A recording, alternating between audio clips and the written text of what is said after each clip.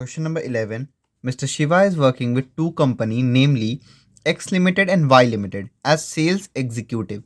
He retired from X Limited in June 2018. Salary at the time of retirement 30,000 and received 4 lakh rupees as gratuity, out of which 3 lakh rupees was exempted in the assessment year 2019-20.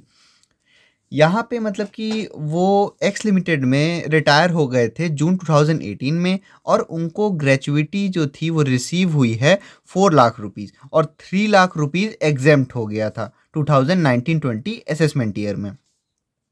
In October 2021, he retired from Y Limited after 26 years and 10 months of service and received 7 lakh rupees as death cum retirement gratuity. तो अक्टूबर 2021 में ये जो Y limited थी उससे भी retire हो गए, और 26 ईयर 10 मंथ की इन्होंने टोटल सर्विस की, और 7 लाख रुपीज़ इनको ग्रेचुइटी एक्चुअल अमाउंट रिसीव्ड हुई. His average basic salary drawn from the Y Limited for preceding 10 months ended on September 30, 2021 is 65,000 rupees per month. यहाँ पे साफ साफ बोल दिया कि वाई लिमिटेड में for preceding salary for preceding 10 month दे रखा है एवरेज. तो इसका मतलब ये ग्रेचुइटी जो है नॉट कवर्ड वाली कंडीशन में है, तो ग्रेचुइटी नॉट कवर्ड का फॉर्मूला लगेगा इसको कैलकुलेट करने के लिए. Besides, he has received rupees 5,000 per month as dearness allowance, which forms part of salary for the purpose of computation of retirement benefit. यानी कि ये 5,000 पर मंथ DA रिटायरमेंट पे है. 5% commission on sales achieved by him. Total sales affected by him during 10 month ending in September 30, 2021 is 15 lakh rupees. तो ये जो retirement है, DA retirement, ये तो 5,000 यही एवरेज भी हो जाएगा. जब ये कमीशन ऑन सेल्स निकालेंगे, क्योंकि सैलरी निकालने के लिए ज़रूरत पड़ेगा इसका, तो 5% ऑफ 15 लाख का निकाल लेंगे. फिर वो जो अमाउंट हो जाएगा उसको 10 से डिवाइड करेंगे ताकि एवरेज कमीशन ऑन सेल्स पता चल सके. Compute the amount of gratuity exempt under section 10 subsection 3 for the assessment year 2020 to 2023. तो ये 10 मंथ्स वाला है, यानी कि ग्रेचुइटी नॉट कवर. तो 10 सबसेक्शन 3 की जब बात हो तो ये ग्रेचुइटी नॉट कवर्ड वाली कंडीशन में पूछ रहा है, तो बस एग्जेम्प्ट अमाउंट हमको कैलकुलेट करना है. तो इसमें जो है 2021 वाला बाकी सारा तरीका फॉर्मूला सब कुछ वही लगेगा. बस इसमें एक चीज़ और ध्यान रखना है कि ये जब पहले जहाँ पे वर्क कर रहे थे तो इन्होंने 3 लाख रुपीज़ वहाँ पे इनको एग्जेम्पशन मिल चुका है. तो जब हम अपने फॉर्मेट में least of the following will exempt लिखते हैं तो जो maximum limit 20 lakh rupees fix होता है उसमें से हम 3 लाख ये माइनस कर देंगे, क्योंकि ये 3 लाख ऑलरेडी उनका एग्जेम्प्ट हो चुका है. तो 20 लाख माइनस 3 लाख, अब मैक्सिमम लिमिट इस क्वेश्चन में 17 लाख रुपीज़ हो जाएगी. सबसे पहले नॉट कवर्ड का फॉर्मूला देख लेते हैं. Salary, basic salary average last 10 महीने की, plus DA retirement plus DP plus commission on sales. Least of the following will exempt half into yearly salary into number of year of service. Round off नहीं करना है. Actual amount received 20 lakh rupees maximum limit. इस question में 3 lakh rupees already exempt हो चुका है, इसलिए 20 lakh minus 3 lakh 17 lakh rupees हम लिखेंगे मैक्सिमम लिमिट में. सॉल्यूशन देखते हैं 11 का. इसमें हमको सिर्फ ग्रेचुइटी का एग्जेम्प्टेड अमाउंट कैलकुलेट करना है, और ये ग्रेचुइटी 10 मंथ बोला गया और 10 सबसेक्शन 3 यानी कि नॉट कवर्ड वाले की बात हो रही है.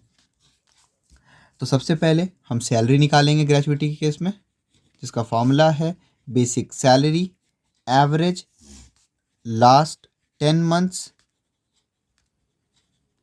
Plus DA on retirement plus dearness pay plus commission on sales. Basic salary average last 10 month की हमको कैलकुलेट करने की ज़रूरत नहीं है, इसमें ऑलरेडी दिया हुआ है 65,000 रुपीज़. डीए रिटायरमेंट तो 5,000 रुपीज़ पर मंथ बोला है, तो 5,000 ही एवरेज भी होगा, प्लस डियरनेस पे नहीं दे रखा है, कमीशन ऑन सेल्स दे रखा है, तो वो हमको कैलकुलेट करना पड़ेगा. कमीशन ऑन सेल्स जो है वो बोला है कि लास्ट 10 मंथ में जो सेल हुआ है वो है 15 लाख रुपीज़, और उसी का 15 लाख का 5% इनको कमीशन ऑन सेल्स मिला है. तो 15 लाख का 5%, 15 लाख का 5%, ये हो जाएगा 75,000 रुपीज़। लेकिन ये जो कमीशन है ये 10 महीने, लास्ट 10 महीने की टोटल है। हमको केवल एवरेज चाहिए ऑफ लास्ट 10 मंथ्स। तो हम 75,000 को 10 से डिवाइड कर देंगे, तो ये आ जाएगा 7,500 rupees commission on sales average. तो यहाँ पुट कर देंगे 7,500। अब इन तीनों को ऐड कर देंगे, ये हो गई 77,500 रुपीज़। उसके बाद इसमें least of the following will exempt.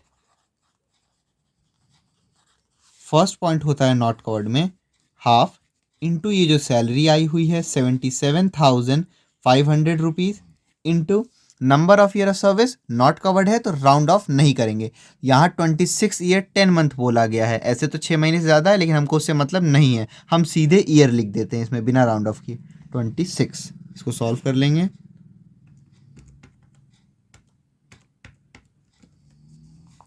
यह आ जाएगा 10,07,500। सेकेंड पॉइंट है actual amount received. Actual amount receive, तो एक्चुअल अमाउंट रिसीव हुआ है 7 लाख रुपीज़। ये वाई लिमिटेड के केस में है जो 2021 में जिसमें ये रिटायर हुए हैं। तो 7 लाख रुपीज़, 7 लाख रुपीज़। उसके बाद थर्ड पॉइंट मैक्सिमम लिमिट, तो maximum limit 20 lakh rupees fix होता है, लेकिन इस क्वेश्चन में 2018 में जब ये रिटायर हुए थे वाई लिमिटेड से तो 3 लाख रुपए इनका ग्रेजुएटी ऑलरेडी एग्जेम्प्ट हो चुका था, तो वो 3 लाख रुपीज़ हम यहाँ से सब्ट्रैक्ट कर देंगे, इनको मिल चुका था, तो सॉरी एग्जेम्प्ट हो चुका था, तो ये आ जाएगा 17 लाख रुपीज़ मैक्सिमम लिमिट इस क्वेश्चन में। इन तीनों में से लीस्ट कौन सा है, तो जो एक्चुअल अमाउंट रिसीव है वही क्या कहते हैं लीस्ट है, तो यही एग्जेम्प्ट हो जाएगा। और इसमें हमको टैक्सेबल नहीं पूछा है, केवल एग्जेम्प्ट पूछा है, तो एग्जेम्प्ट अमाउंट ऑफ